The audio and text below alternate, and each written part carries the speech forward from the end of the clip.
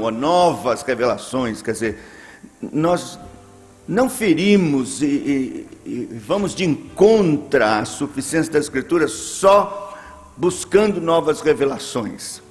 Nós atentamos contra a suficiência das Escrituras na nossa prática com relação à igreja.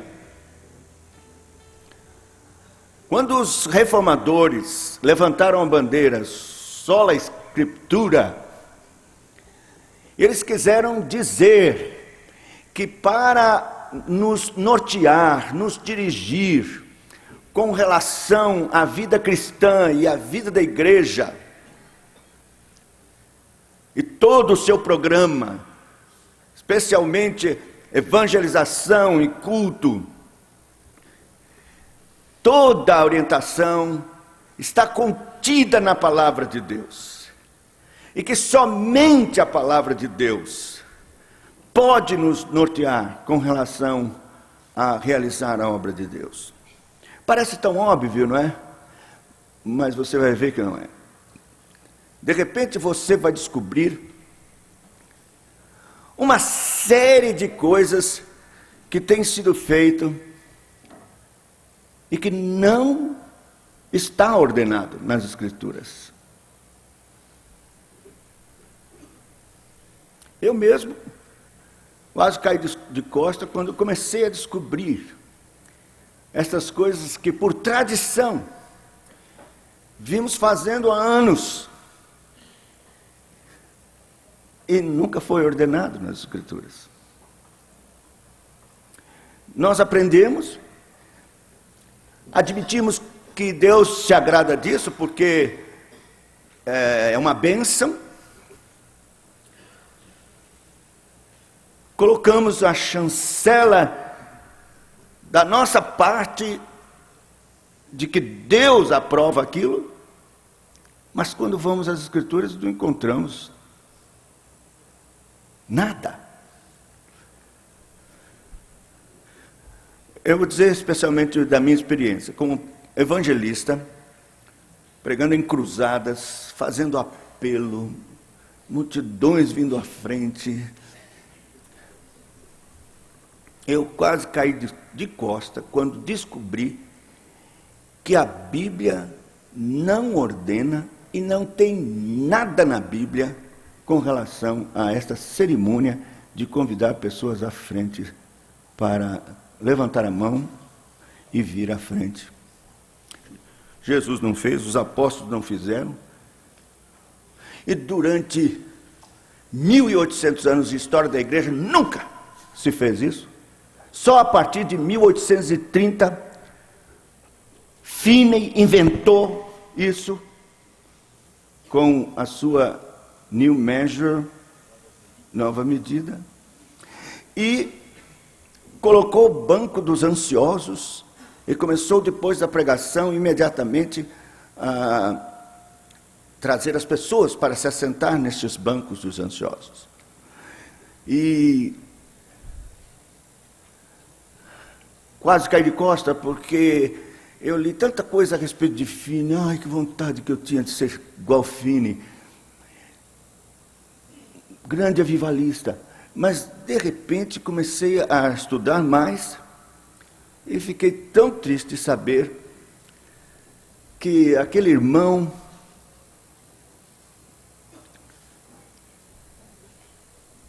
não cria na ação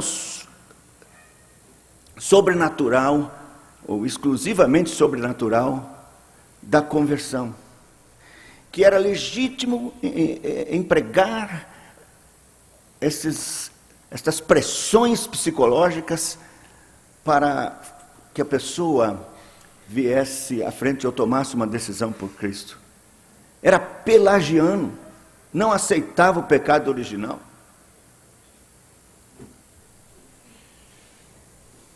E fazia o apelo firmado no princípio do livre-arbítrio, que a pessoa é quem decide.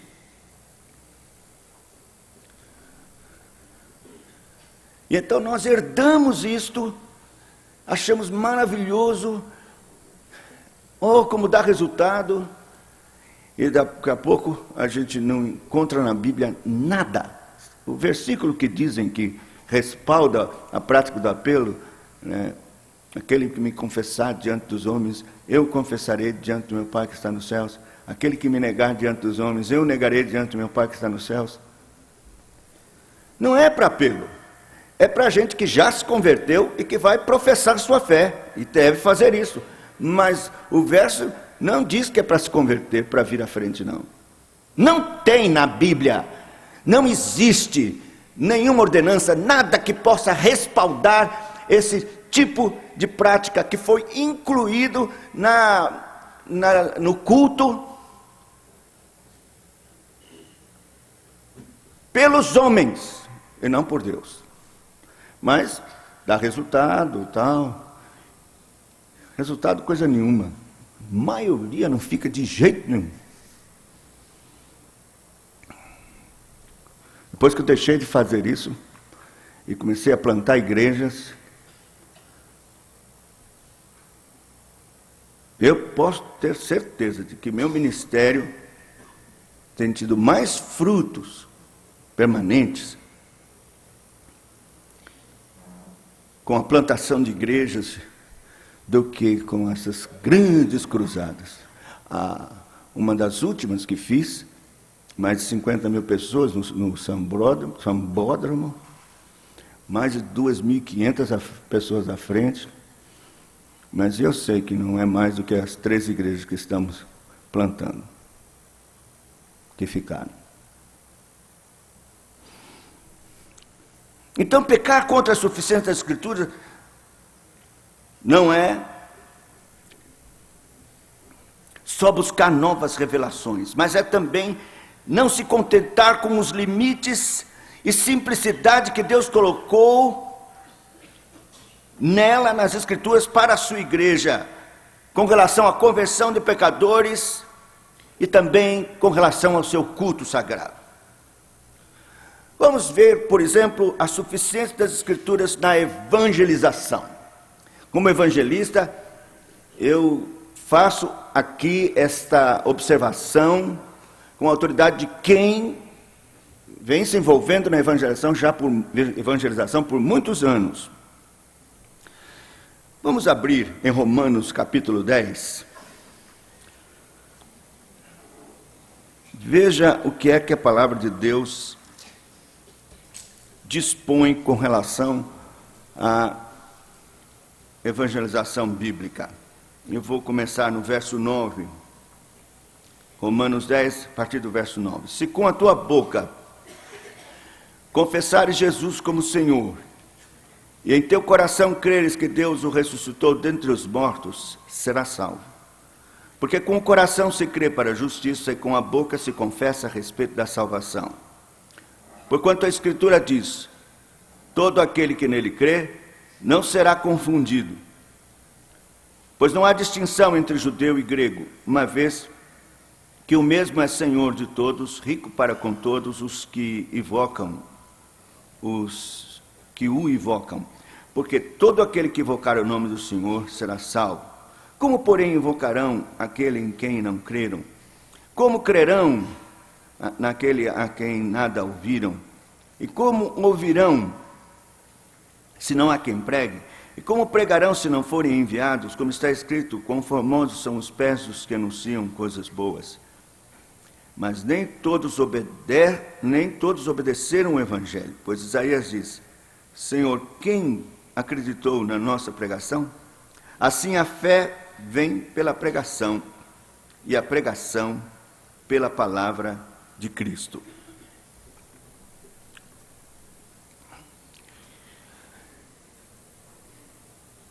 Querido, a palavra de Deus só tem 2 formas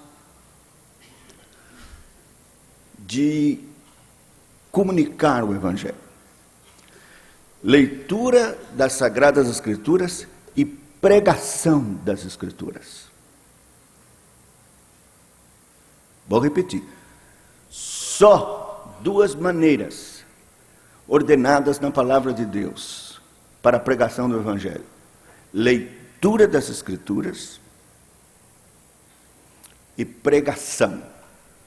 Evidentemente, quando eu incluo leitura das Escrituras, eu estou incluindo também leitura de folhetos que são sermões, pregação, e a pregação mesma da palavra de Deus. Nada mais. Acontece que os homens não se contentam em empregar este meio que Deus estabeleceu para a pregação do seu santo evangelho.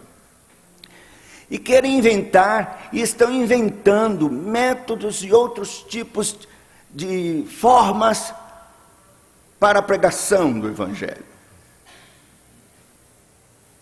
Mas o Senhor estabeleceu a pregação mesma da sua palavra como único meio.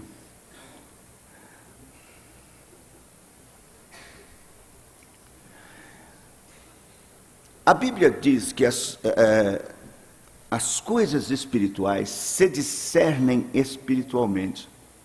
Então, não existe nenhuma forma carnal que possa transmitir o que é espiritual.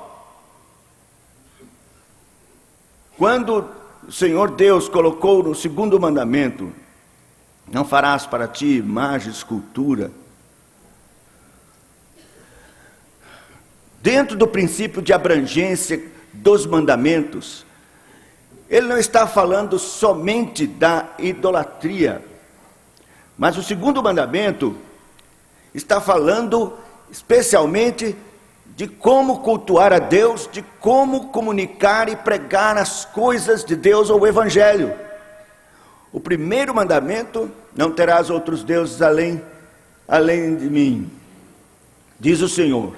Mas o primeiro mandamento, o segundo mandamento não é uma extensão do primeiro mandamento, mas eles são absolutamente distintos. O primeiro mandamento é não ter outros deuses. O segundo mandamento é como cultuar o verdadeiro Deus, que não pode ser de forma carnal. Assim também a pregação do Evangelho, que é algo eminentemente espiritual, não pode ser feito de forma carnal. Por isso, preste atenção, suficiência das Escrituras é você se ater, se restringir, se cingir somente do que está ordenado por Deus. Você não encontra na Bíblia comunicação do Evangelho, evangelização por show gospel, não tem. Música, não tem. Vamos ter uma audição de música, do coral, ou de qualquer outra conjuntos, ou de solo, para evangelização? Não tem na Bíblia. A fé vem pelo ouvir e ouvir a pregação. É assim que vem a fé. Ah, mas espera aí, é também pregação, quando a gente canta, quando tem uma apresentação, é pregação também, porque está falando da palavra de Deus e tal. Veja, o texto diz assim: como ouvirão se não há quem pregue? A gente diz para Deus: não há quem pregue, mas tem um cantor aí, muito bom. Não há quem pregue, mas tem o coral, tem o conjunto tal. Não há quem pregue, mas tem quem apresente um teatro. Não há quem pregue, mas tem a gente pode passar o filme de Jesus. Olha o dedinho. Não. A fé só vem pelo ouvir e ouvir a pregação. Você acha que eu estou exagerando? Não estou, não. Eu não estou indo contra, de forma alguma, coral, conjunto. Não quero colocar isso. Eu estou aqui me restringindo a métodos de pregação do Evangelho. Você pode até ter o coral cantando na praça, coral cantando em qualquer lugar, mas você não pode prescindir da pregação. Porque a fé vem pelo ouvir e ouvir a pregação. Deus ordenou isso. Mas nós queremos ser mais inteligentes que Deus. Só por que Deus não pensou num teatro para pregar o evangelho? Teatro não é coisa moderna, não. Teatro é antes de Cristo. Por quê? Porque não há como comunicar de forma precisa coisas espirituais, senão pela pregação do evangelho. Eu vou dizer uma coisa para você. Eu sei que muitas igrejas ficaram entusiasmadas com esse filme Paixão de Cristo, de Mel Gibson. E algumas igrejas até fizeram caravanas, alugaram um salão de cinema para ir com a igreja toda lá, impressionada com aquilo. Pois eu abomino. E sei que a palavra de Deus também abomina. Porque é um absurdo pretender representar o Senhor da glória, o Senhor Jesus Cristo, verdadeiro Deus, verdadeiro homem, mesmo em carne, ele jamais deixou de ser Deus. E as lentes de Gibson, nem todo o engenho da cinematografia, sei lá como é o nome, moderna, ou computação gráfica moderna, não podem captar a glória do Filho do homem, do Filho do Deus vivo. Sofrimento por sofrimento, muitos outros homens passaram. Mas há um mistério na cruz, há um mistério na crucificação de Cristo. Algo divino, que nenhum instrumento carnal, nem toda computação gráfica moderna pode transmitir. Esse filme depõe contra a glória do Deus unigênito. E assim, todo e qualquer outro recurso que tenta, por mais fiel que sejam as Escrituras, vai estar aquém de quem Cristo é verdadeiramente.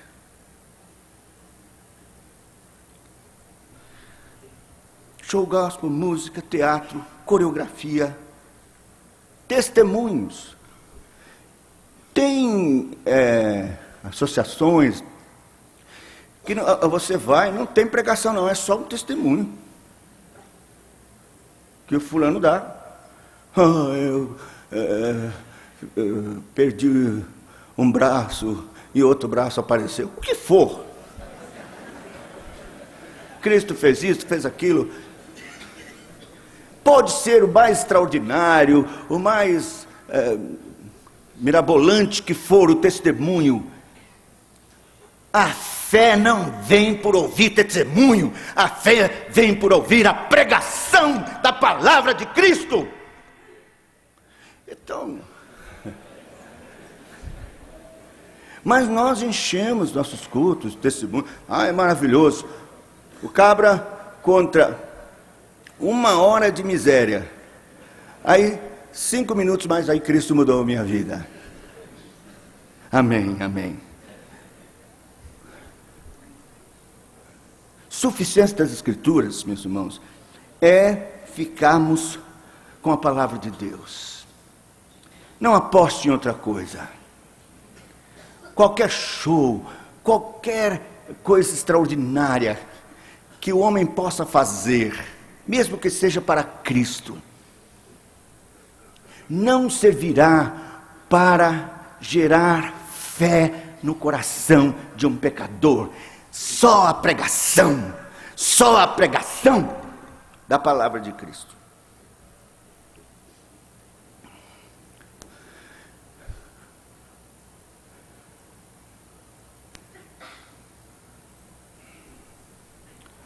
As pessoas pensam, como chamar, como atrair os homens, os pecadores. Então, eles não querem aceitar a proposta das Escrituras que a mera pregação fiel das Escrituras, na unção e no poder do Espírito Santo, com oração, seja suficiente. Eu digo isso porque eu também fiz isso.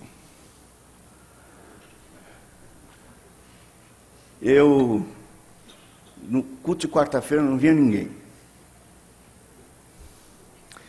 Aí sabe o que eu inventei? Eu tenho vergonha, mas eu vou dizer.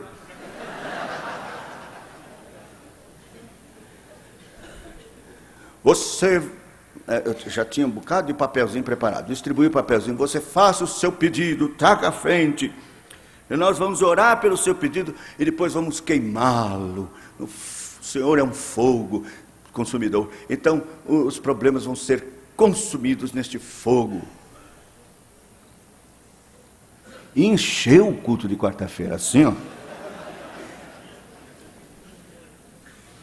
A gente tinha o culto, todo mundo fazia o seu pedido, botava na cestinha, nós orávamos, depois descíamos lá no lugar e fazíamos a fogueirinha e todo mundo cantando, e a fogueirinha queimando os pedidos. Então, humanamente falando, encher a igreja, movimentar a igreja, dá resultado. Pragmaticamente funciona. Mas fere o coração de Deus, entristece o Espírito Santo. E digo a você, não produz conversão. Não venha me dizer, não, mas fulano se converteu com tal filme. Fulano se converteu quando ouviu o coral cantar, porque tem gente que faz culto só cantado. E que muita gente se converteu. Ou se converteu nestas tardes da bênção do milagre, em que pessoas são curadas, demônios expulsos. Então, pessoas se converteram. Então, a palavra de Deus não é suficiente, e o que o Senhor diz na sua palavra, de que a fé vem pelo ouvir, e ouvir a pregação, é meia verdade. Mas eu digo para você, não confie nestes resultados, a não ser que a palavra de Deus seja pregada e pelo poder do Espírito Santo, agindo pela palavra, conceda por sua graça fé ao coração do pecador. Jamais alguém será regenerado, salvo, se não for pela pregação da palavra de Deus.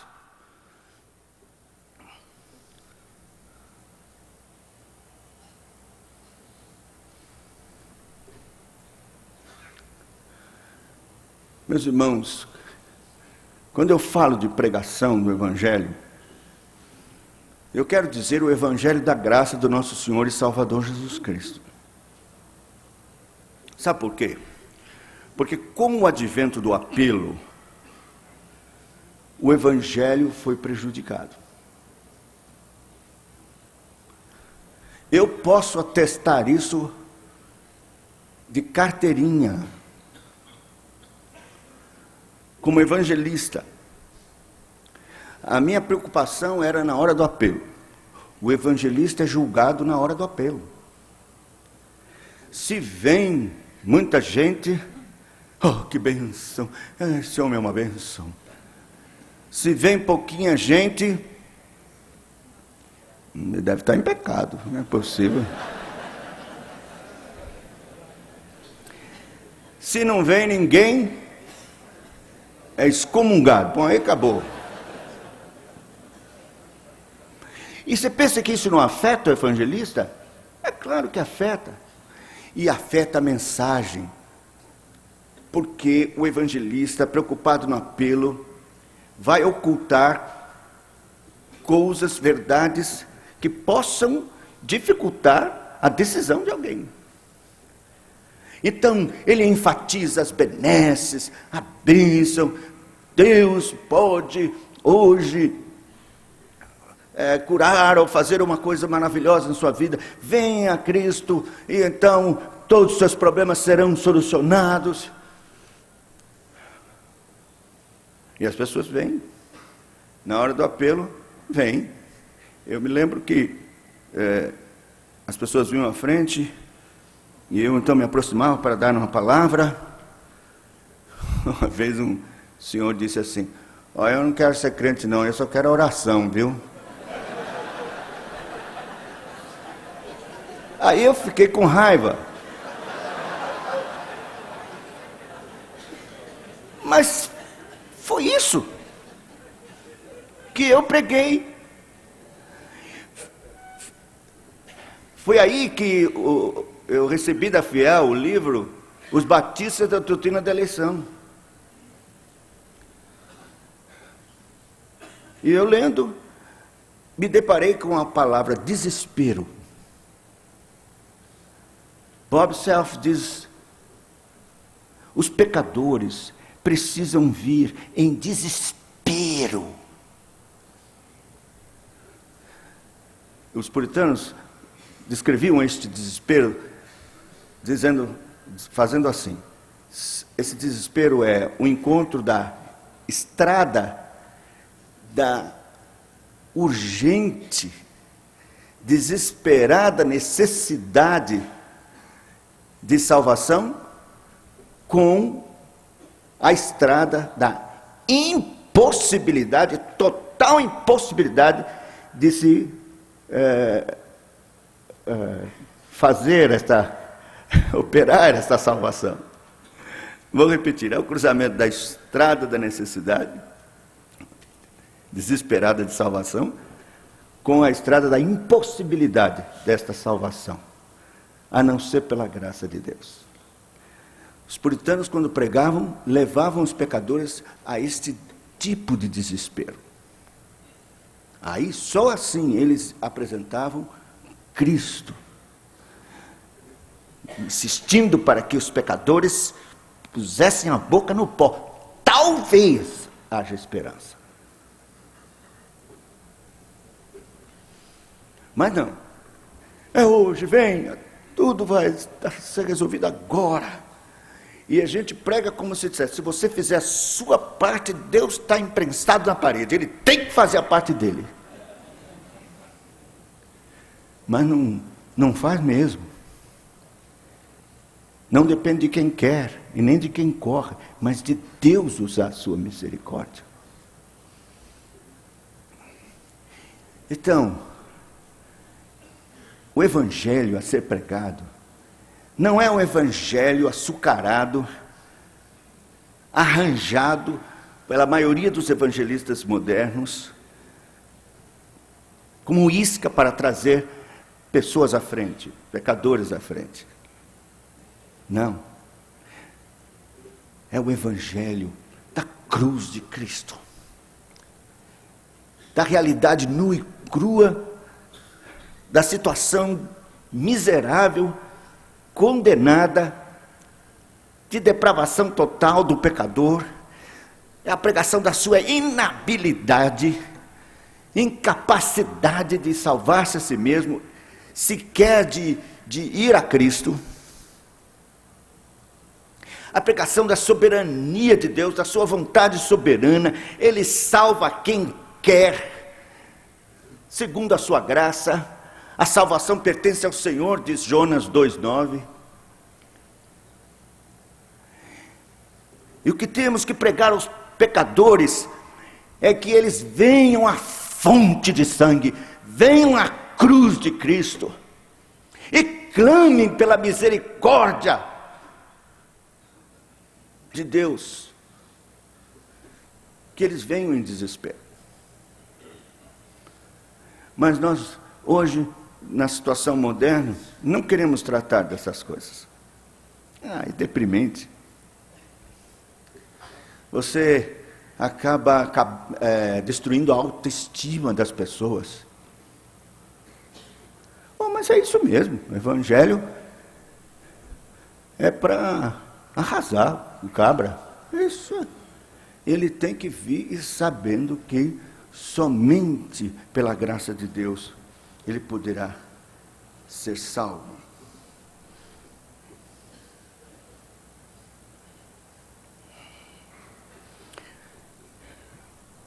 Gálatas capítulo 1, versículo 10, diz o seguinte, eu digo isso porque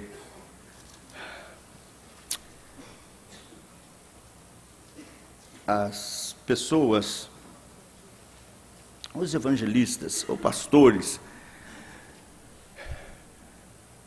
não querem tocar na ferida, não querem tratar de assuntos não palatáveis, difíceis. O pastor Denon, disse para mim, você é odiado e amado. É muito ruim para a gente, porque nós somos carnais, humanos, nós não queremos que as pessoas tenham uma reação contrária a você. Nós queremos que todo mundo lhe elogie, bota você lá em cima. Mas nós queremos agradar as pessoas. Eu me lembro, antes de ler o texto, eu lembro que eu fui aos Estados Unidos e fui convidado para pregar numa igreja de brasileiros. Mas o pastor lá conhecia a minha fama, esse negócio de agora está pregando assim, acabando com as pessoas e tal. Então,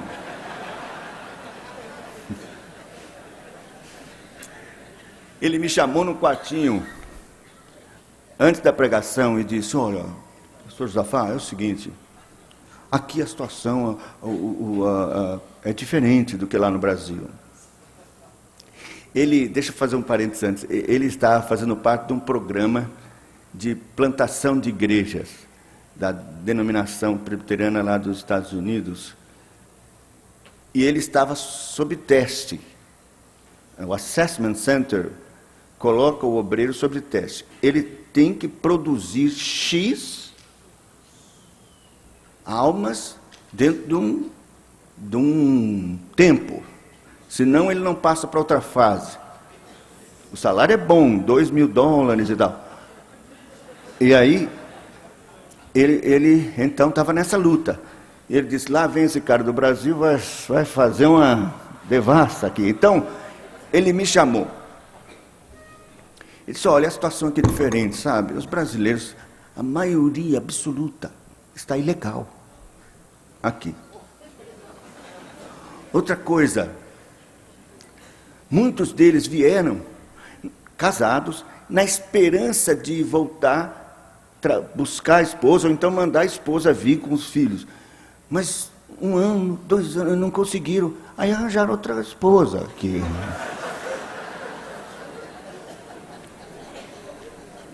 Mas eles são sinceros, foi uma situação. Outros estão envolvidos em trabalhos ilegais, porque eles não estão legais, não podem ser legalizados no trabalho, então o trabalho é tudo trambique, é tudo fora da lei. Mas esse é o pessoal que nós temos, então eu sou cuidado para falar. Coitado.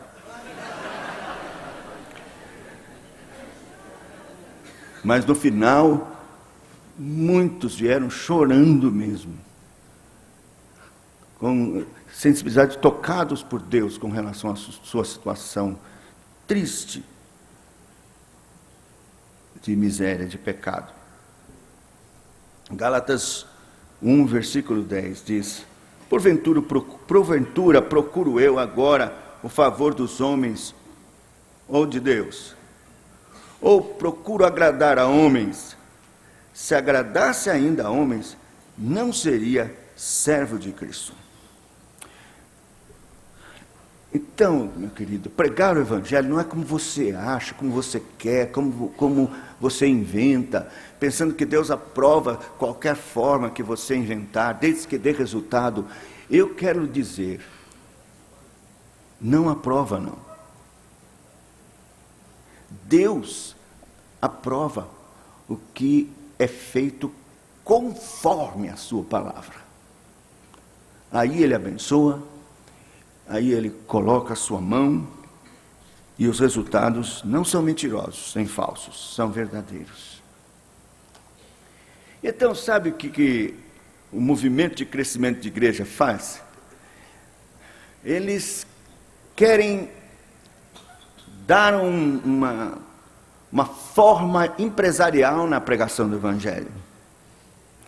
E propõem você usar as leis de marketing, as leis da sociologia moderna, da ciência de comunicação moderna, que diz o seguinte: é a audiência quem diz o que você deve falar, e não você que decide por você mesmo o que deve falar. Isto é, fale o que a audiência quer ouvir. Essa é a regra da comunicação moderna.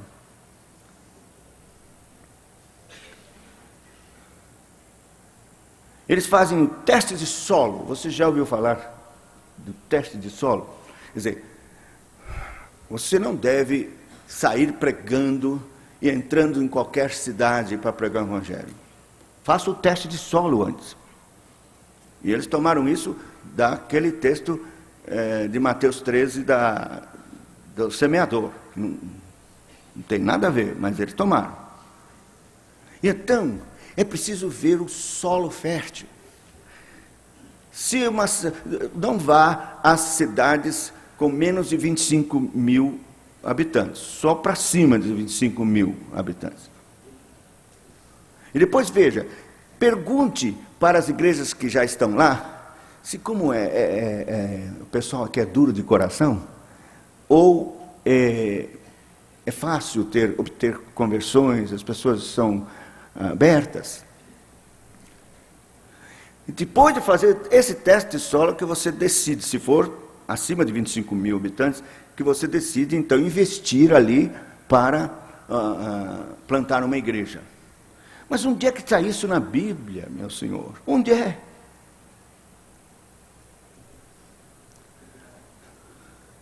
A Bíblia não diz nada disso. Ide por todo mundo e pregar o Evangelho a toda criatura. Não importa. Há realmente lugares mais difíceis que outros. Mas esse é o desafio de Deus. Não somos nós que convertemos as pessoas, mas é o poder do Evangelho que converte as pessoas. E o Senhor diz: operando eu, quem impedirá? Eu, quando cheguei na Bahia, me assustei. Saí de São Paulo, um movimento maravilhoso, Jovens da Verdade e tal, pregando na praça, e gente se convertendo. Cheguei na Bahia, uma opressão infeliz dos demônios lá. Tudo que você tentar fazer é uma dificuldade. Tudo que você tenta fazer no Evangelho na Bahia, no princípio, espere 2, 3 anos. Uma opressão, nada dá certo, queima aparelho de som, uma confusão. É na base da oração mesmo, e até jejum e oração. Além da opressão maligna, a imoralidade. Você sente no ar peso da imoralidade.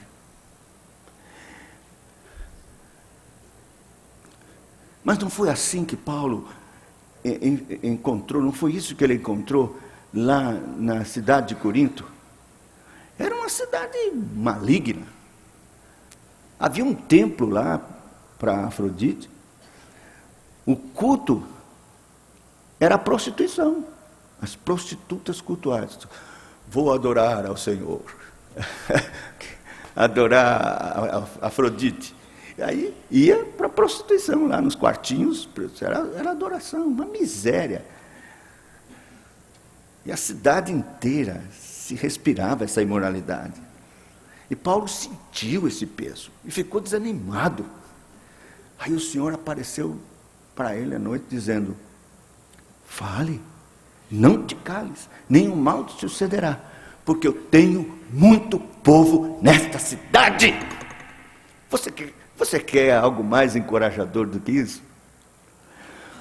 Depois que eu descobri as doutrinas da graça, a eleição de Deus, que evangelista é para buscar os eleitos, eles ouvirão a voz, é certa a colheita. Deus tem muito povo lá em Salvador, não importa a idolatria, o espiritismo, o candomblé, toda a oposição do inferno. E de fato, Deus tem sido gracioso e tem nos abençoado. Mas o que me anima é isto: Deus tem muito povo lá.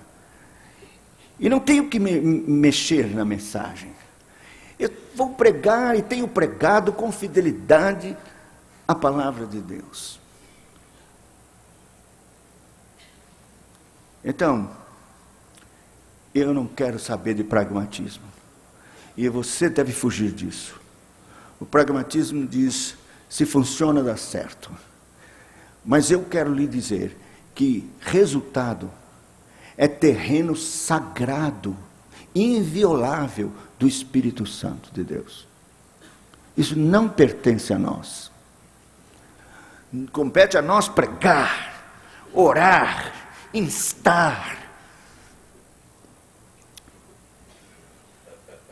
e deixar o resultado com o Senhor. É Ele quem opera como quer nas vidas e nos corações. Nós não podemos ser dirigidos na nossa ação pelos resultados. Agora vamos passar para o culto, rapidinho. Os puritanos compreenderam que o culto, eu vou ler um pedacinho aqui do que os puritanos escreveram sobre o culto. E eu sei que esse é um assunto delicado, eu não vou me complicar entrando em questões mais profundas, mas algumas coisas básicas eu preciso falar, em termos de suficiência das Escrituras. Se eu não falar sobre isso, então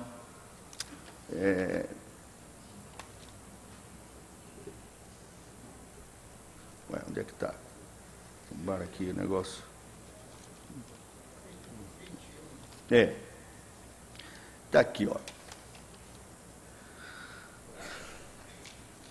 A luz da natureza mostra que há um Deus que tem domínio e soberania sobre tudo, que é bom e faz bem a todos, e que, portanto, deve ser temido, amado, louvado, invocado, crido e servido de todo o coração, de toda a alma, de toda a força. Mas o modo aceitável de adorar o verdadeiro Deus é instituído por Ele mesmo, e é tão limitado pela sua própria vontade revelada, que ele não pode ser adorado segundo as imaginações e invenções dos homens, ou sugestões de Satanás, nem sob qualquer representação visível, ou de qualquer outro modo não prescrito nas Santas Escrituras. Veja, mas o modo aceitável de adorar o verdadeiro Deus é instituído por Ele mesmo e é tão limitado pela sua própria vontade revelada de que Ele não pode ser adorado segundo as imaginações e invenções dos homens ou sugestões de Satanás. Mas é o que mais tem no culto. Invenções e imaginações dos homens. Meus irmãos, nós precisamos de uma outra reforma. Está precisando um novo Lutero. Para pegar as 95, 96, 200 teses. Porque nos afastamos e muito da palavra de Deus. Você já ouviu falar do princípio regulador? Os puritanos tinham um princípio regulador do culto, um princípio regulador. O princípio regulador é a palavra de Deus. E eles então passavam esse princípio regulador como regra, como régua, e o que estava sobrando, nem que tinha que ser cortado.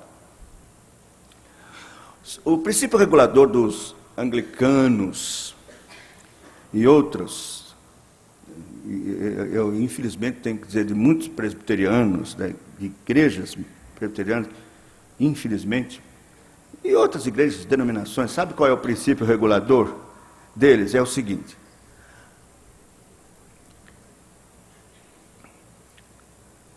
não está ordenado na Bíblia, mas a Bíblia não proíbe, podemos fazer. Esse é o princípio regulador geral. Talvez seu. Foi por muito tempo meu também. Não está ordenado nas Escrituras, mas a Bíblia não condena. Podemos fazer. Oh, mas é um perigo isso. Quer ver Lutero? Infelizmente, a igreja luterana, especialmente depois de Lutero, escolheu esse princípio. Então, por exemplo, vela. A Bíblia ordena usar vela no culto? Não. Mas a Bíblia proíbe usar vela no culto? Não tem. Não use vela. Não tem. Então pode usar vela. Mas os reformados, de linha calvinista, tinham outro princípio regulador.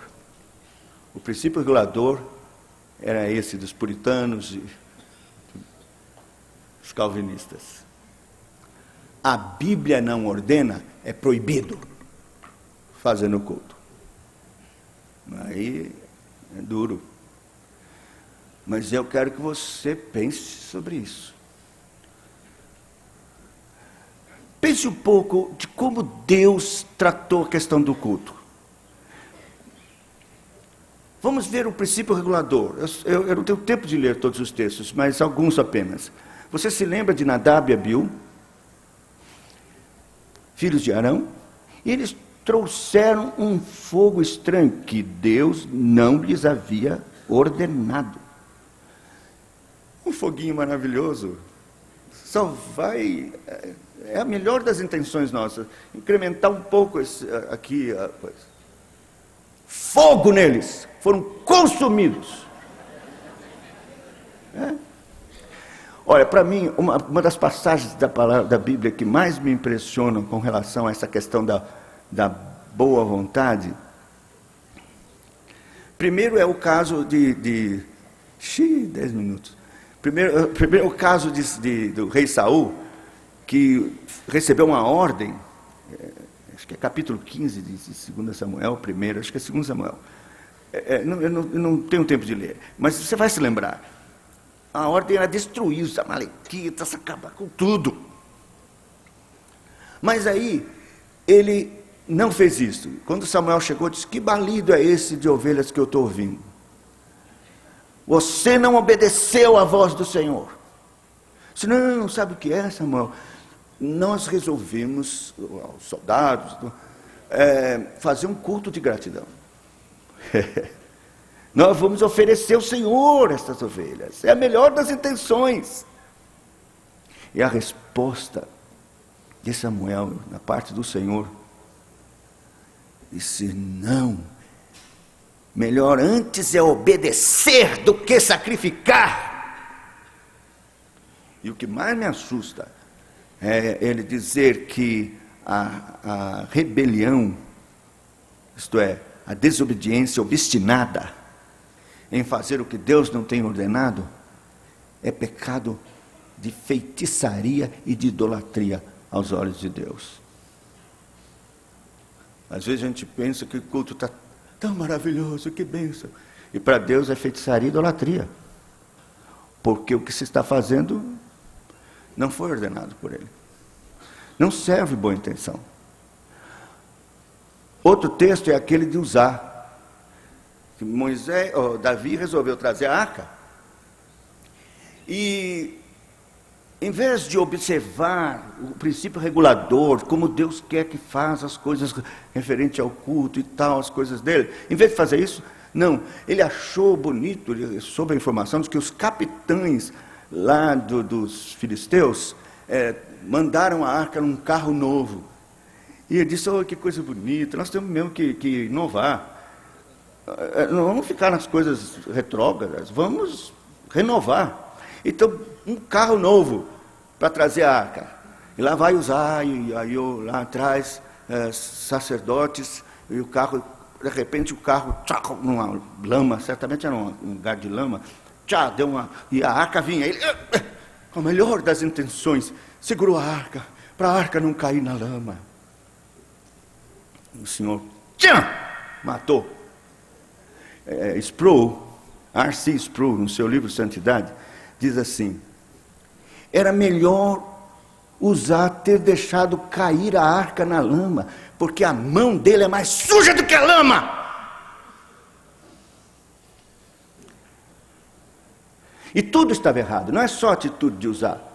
Desde o princípio, a Bíblia tem especificações na lei, como trazer a arca. Depois Davi faz tudo certinho, mas a consequência foi dura. Boa intenção não serve para Deus. Obediência sim. Princípio regulador, veja Deuteronômio capítulo 12. Deuteronômio 12. O assunto é culto, porque ele está falando que os israelitas não podem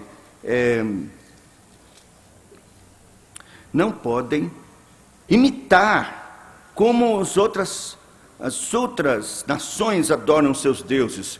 Não podem tentar trazer para o culto formas de adoração ou princípios do mundo para dentro do culto. Não, o capítulo 12 é sobre isso. Na minha Bíblia a edição colocou o lugar do culto verdadeiro. É sobre o culto o assunto. Veja o verso 32. Termina o assunto dizendo assim: tudo o que eu te ordeno observarás, nada lhe acrescentarás, nem diminuirás. Princípio regulador.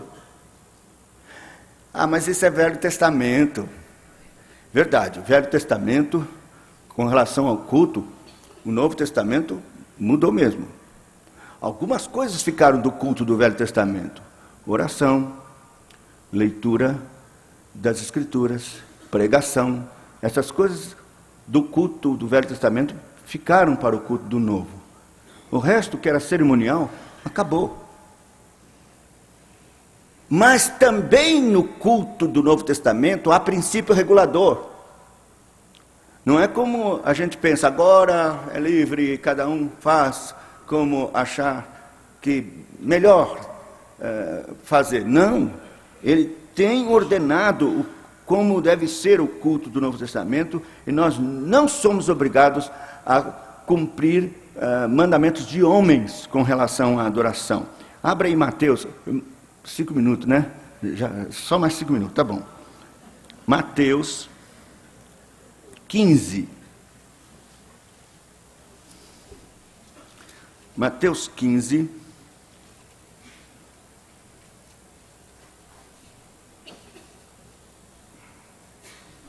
De 1 a 9. Diz assim: então vieram de Jerusalém a Jesus alguns fariseus e escribas e perguntaram: por que transgridem os teus discípulos a tradição dos anciãos, pois não lavam as mãos quando comem? Ele, porém, lhes respondeu: por que transgredis vós também o mandamento de Deus por causa da vossa tradição? Porque Deus ordenou: honra teu pai e tua mãe.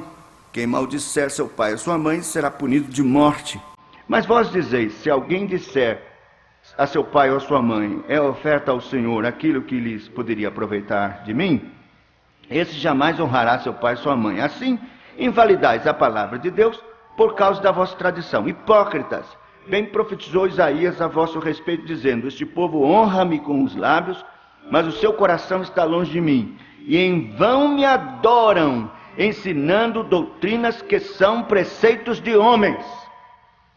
Em vão me adoram.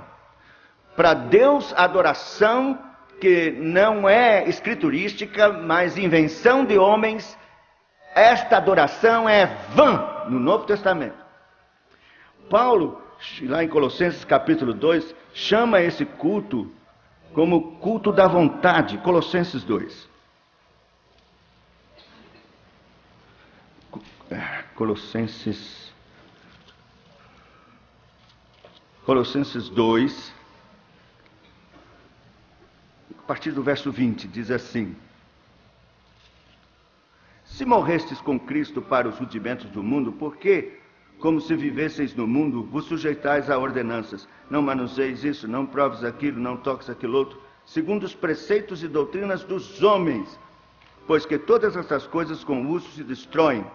Tais coisas com efeito têm aparência de sabedoria, como culto de si mesmo, e de falsa humildade, de rigor ascético, todavia não tem valor algum contra a sensualidade. Essa expressão, como culto de si mesmo, no grego é etelotreskeia, que quer dizer culto da vontade.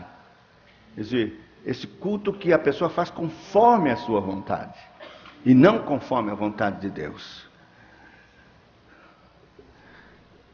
Meus irmãos, eu acho que nós temos que rever. Esse problema da suficiência das Escrituras é um problema. Porque a nossa liberdade é de cumprir a palavra de Deus. E não de fazer o que nós achamos, queremos fazer. Onde há o Espírito do Senhor, aí a liberdade. As pessoas dizem: mas a liberdade do Espírito, a liberdade que o Espírito dá, é para cumprirmos a palavra de Deus. Isso quer dizer, nós não devemos, não podemos ficar debaixo de doutrinas de homens, mas estamos escravizados a Cristo e a sua palavra. Eu não tenho medo de dizer isso. Calvino se intitulava servo da palavra de Deus. E eu quero ser também. E quero desafiar você a ser também. Talvez doa muito ter que passar a faca, a navalha, em tudo que está sobrando da régua do princípio regulador. Talvez muitos se afastem, se não vem mais nessa igreja. Que foi o que aconteceu comigo. Ah, mas como é bom ter paz, boa consciência e esperar em Deus. Quando eu fazia aqueles truquinhos para o apelo, para ter resultado, que eu fazia um truquinho, né? Levanta a mão, agora se você for, você fica de pé. Bom, se você ficou de pé, você não vai se furtar eu chamando aqui à frente. E o camarada não tinha jeito, porque todo mundo estava olhando para ele. E eu dizia, se você for sincero, você virá. Aí os outros todos olhando e disseram, quero ver se você for sincero. Aí o cabra vinha à frente. Então era uma armadilha, tinha sempre resultado. Mas quando eu acabei com isso, minha dependência ficou só o Senhor. E eu tive que dobrar os joelhos. E orar, e orar, e orar. E crer no poder da palavra de Deus. Crer que Deus honra aqueles que se submetem à sua palavra e lhe obedecem. Eu quero desafiar você. Saia daqui desafiado. Creia na suficiência das Escrituras. Um grande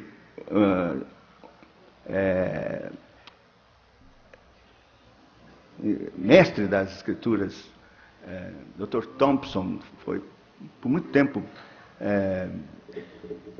professor na Palavra da Vida. Ele tinha uma frase que eu admirava. Ele dizia: eu sou Bitola 66.